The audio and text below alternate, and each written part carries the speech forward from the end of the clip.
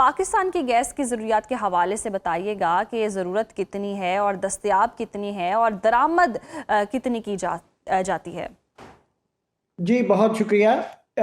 सबसे पहले तो एक हमें कंटेक्स्ट ज़हन में रखने की ज़रूरत है कि हम एक वार लाइक सिचुएशन में हैं और जिसकी वजह से हमारा जो एनर्जी सप्लाई का सिस्टम है सारे का सारा वो बड़ा इम्पैक्ट हो रहा है, या उसकी परसेप्शन जो है ना वो हमने ऐसी ले ली है कि जनाब ये हम अफेक्ट होने जा रहे हैं। अच्छा, उसको थोड़ा इफेक्ट ज़रूर होगा लेकिन इतना इफेक्ट नहीं है जितना हमने उस पर जैसे ऑयल की प्राइसेस बढ़ा के ओवर रिएक्शन कर लिया है। इसी तरीके से गैस के हवाले से भी मैं ये समझता हूँ कि ये जो लोड शेडिंग आप फरमा रहे हैं कि जी अनअनाउंस्ड गैस की लोड शेडिंग है, वो भी किसी हद तक एक मेरा ये ख्याल है कि कोई इल प्लान सही अरेंजमेंट है। उसकी वजह क्या है कि रमज़ान के अंदर वैसे भी गैस की कंजम्पशन सिर्फ रेडिकल हो जाती है, सुबह और शाम हो जाती है दो ही दफ़ा, और अदरवाइज भी बाकी भी होटल्स और रेस्टोरेंट्स और ये वो काफ़ी उनकी कंजम्पशन कम हो जाती है।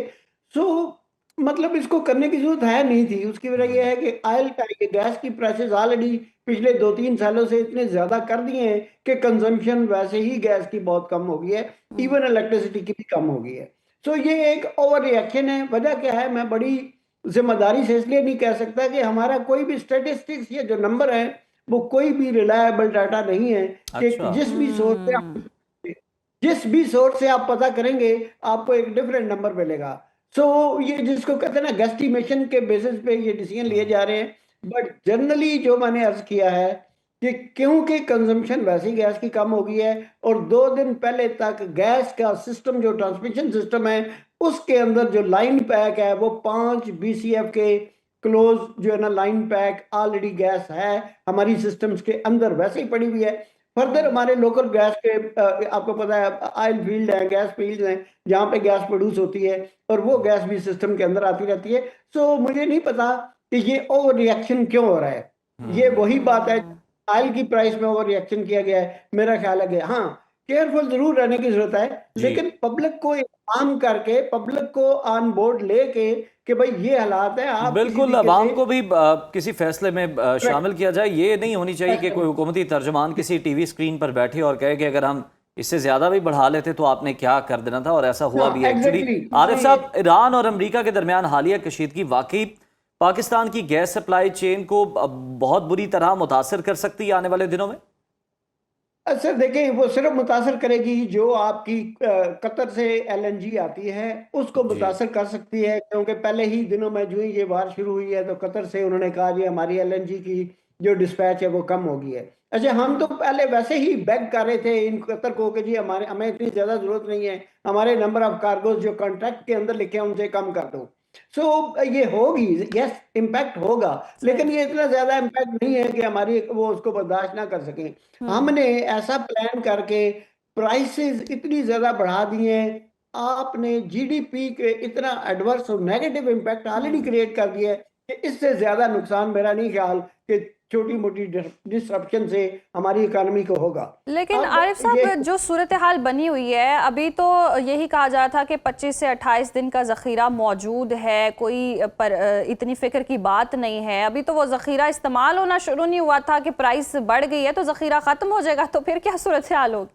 आपने नहीं देखें, ये बड़ी एक इंटरेस्टिंग, और ये वही मैंने 2-3 दफा कहा है कि हमने ओवर रिएक्शन कर रहे हैं। बात यह है कि जिस बेसिस पे पेट्रोलियम मिनिस्टर साहब फरमा रहे थे कि $105 ऑयल की प्राइस होगी है और ये $150 तक जाएगी, दिस इज टोटली एक बेसलेस एस्टिमेशन है। ऐसी बात ही नहीं है। इवन आज भी जो ऑयल की प्राइस है इंटरनेशनल मार्केट में वो $90 के आगे पीछे है। तो बात यह है कि इतनी प्राइस बड़ी नहीं है। अच्छा, फिर दूसरी चीज है, आपकी वार लाइक सिचुएशन है। मुल्क में जो गरीब कंज्यूमर्स हैं वो सारे के सारे गरीब हैं।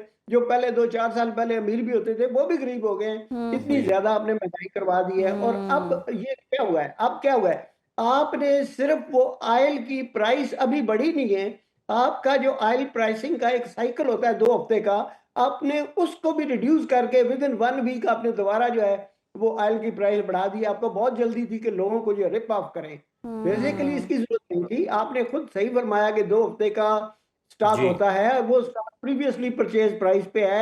इन द मीन वाइल आपके आ रही है, खबर आ रही है कि कल 2 कार्गो डिलीवर हो रहे हैं। अगर ऑयल के कार्गो डिलीवर हो जाते हैं और उनकी जो वेटेड एवरेज प्राइस आती है उसके बेसिस पे करते हैं तो फिर भी और कोई बात है। हर कार्गो के हिसाब से जो भी प्राइस उसकी होती है, उसकी डिलीवर्ड प्राइस, वो आप जी अपनी प्राइसिंग मिक्स डाल के करें तो फिर और बात है, जस्टिफाई भी होता है। बिल्कुल, वो लेकिन जस्टिफाइड हो सकता है। आरिफ साहब, आरएलएनजी जी की सप्लाई 800 से कम होकर सिर्फ 200 मिलियन क्यूबिक फीट रह गई है। ये जो 600 मिलियन का शॉर्टफॉल है, ये कैसे पैदा हुआ है और इसको कैसे फिल किया जा सकता है? सर देखिए, पहले तो ये है कि ये एक बड़ा अजीब से सवाल है। बात ये है कि ये शॉर्टफॉल है भी है या नहीं है, कम जरूर हुई है। वो हम खुद भी पिछले 2 साल से रिक्वेस्ट कर रहे थे कि कम करें। अभी अगर डिले हुई है, कार्गो इसके डिले हुए हैं, तो मतलब मैं उसको शॉर्टफॉल को, क्या हमें वाकई जरूरत है कि उसको इमीडिएटली मीट करने की? जी मैं तो ये समझता हूँ कि अंडर द सर्कमस्टांसेस ये एक ब्लेसिंग है कि अपने लोकल गैस के फील्ड को ऑप्टिमाइज करें, प्रोडक्शन बढ़ाएं, टेम्परेरी लेकिन सर वो इतनी जल्दी तो प्रोडक्शन नहीं बढ़ सकती ना, उसमें भी एक लंबा प्रोसेस है, टाइम टेकिंग काम है। बहुत शुक्रिया। एनर्जी एक्सपर्ट मोहम्मद आरिफ साहब हमारे साथ मौजूद थे।